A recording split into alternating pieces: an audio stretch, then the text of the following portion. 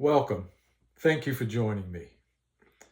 The subject that I want to share just a little bit about with you today, I call soul stories, and one particular soul story that's really special to me.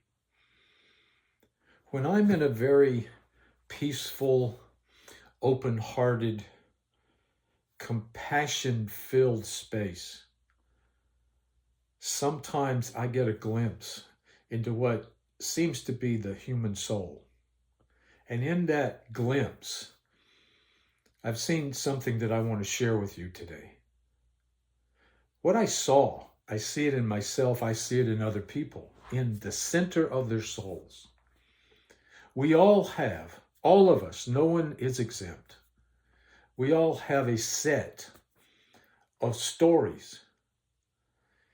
For every person, it may be different. The numbers may be different. The stories may be different, but the stories are about the meaning and the purpose of that soul's journey.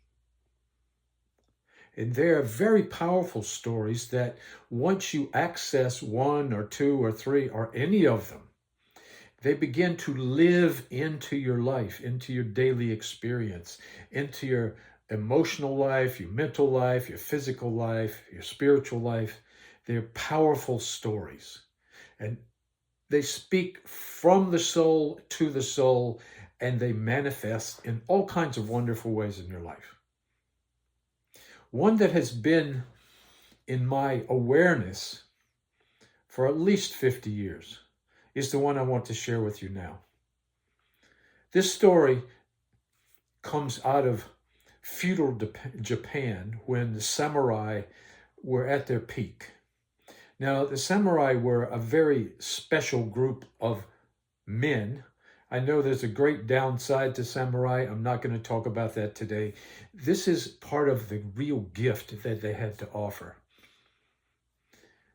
There was a young samurai who once went to a Zen master. Now, Zen Buddhism was incredibly appealing to samurai, and if all samurai did not follow the Zen philosophy, probably most of them did. And this young man was very interested in Zen and enlightenment, and he goes to a Zen master of whom he had great respect for. And he says, "Master, I'm here because I want to be enlightened." And the master says, "Oh, okay, very good, very good." And then the young man says, "But master, I want it to happen very quickly." And the Zen master goes, "I don't know about that. That's not so easy to do that fast." He said, "No, but I have a family, I have things, I have my commitments. I'm a samurai, I have to get things done." The Zen master said, "Okay, all right.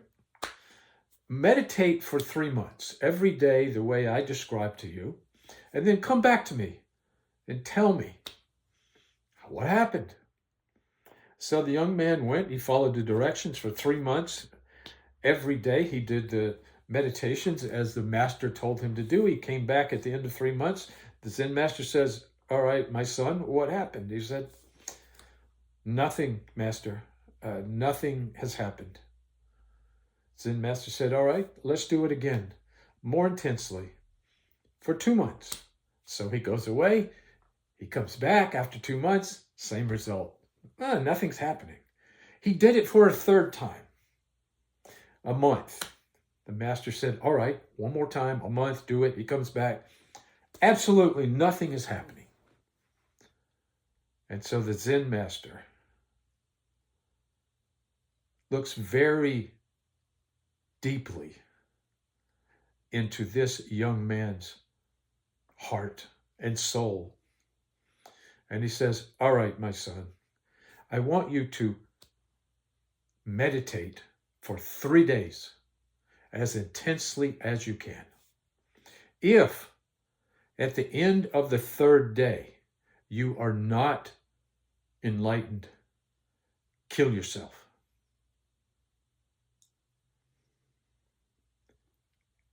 And the young man was enlightened on the second day. Now, some of you are going to hear that story and get to that point and say, oh, wow, that's amazing. I get it. I get it. And someone else is going to say, Matthew, I don't think I got that story. It's kind of strange to me. What do you mean? Here's what it means. It's important to remember that we were in feudal Japan. Zen masters literally had the power of life and death over their students. If you went to a Zen master and you went to the Zendo where he taught, and he asked you to do something and you didn't do it, and he whacked you with his cane and you happened to die, he was not going to prison. That was just bad on you because you didn't do what he said. When he said kill yourself, he meant it. When he said kill yourself to the young man, he got it. All of a sudden, there was no more playing. There was no more, oh, this is a fun thing to do.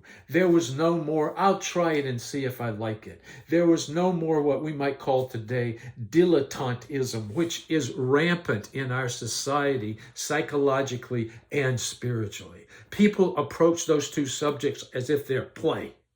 And people teach them as if they're play, and they are not play. They are not play. And so this story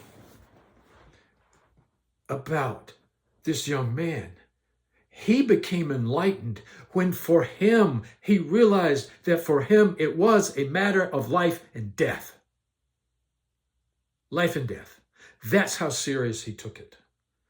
Now, if you want to accomplish anything that is super meaningful to you, truly important to you, if you want to be enlightened, if you want to learn how to be truly compassionate, if you want to grow psychologically in your own deepest self, if you want to do shadow work and have it be meaningful, if you want to access the divine within you, which is there, by the way, it is. That's the path. As if it is a matter of life and death. Because it is. It's your life. When you approach it with that passion, that commitment. And samurai, one of the wonderful things about samurai is they knew about honor. They knew about total commitment. If their master said, it's time for you to go kill yourself, they would do it as an honor. And we don't think that anymore, except we spend, in our culture, we play. We play about all kinds of things, meaning we don't take things seriously enough. Now, I'm not talking about walking around grim and being Mr. Tragedy. I'm not talking about that. I'm talking about if you have something that's in your life that really is important to you. Let's say you're addicted. You have an addiction. You're an alcoholic. You're a drug addict. You're addicted to spending. You don't know how to stop yourself from having sex with people. Whatever the addiction is.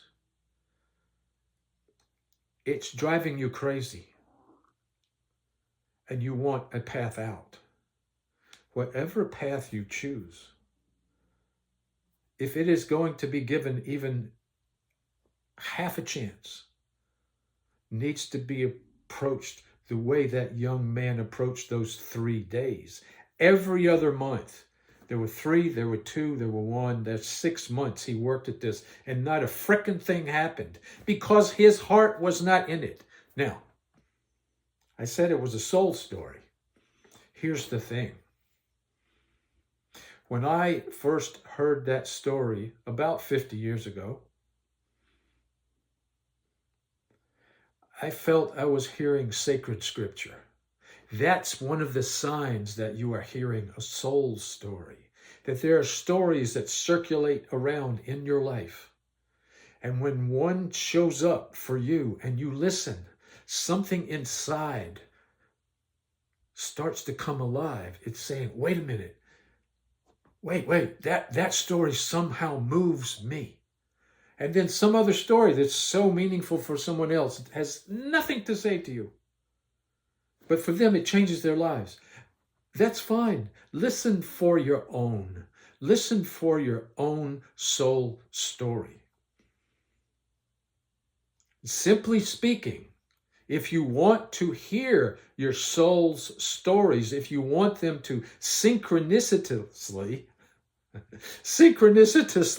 show up in your life, there's one thing to do. It always works. It always works if you really do it. Ask as if your life depends on it, because it does. Bless you.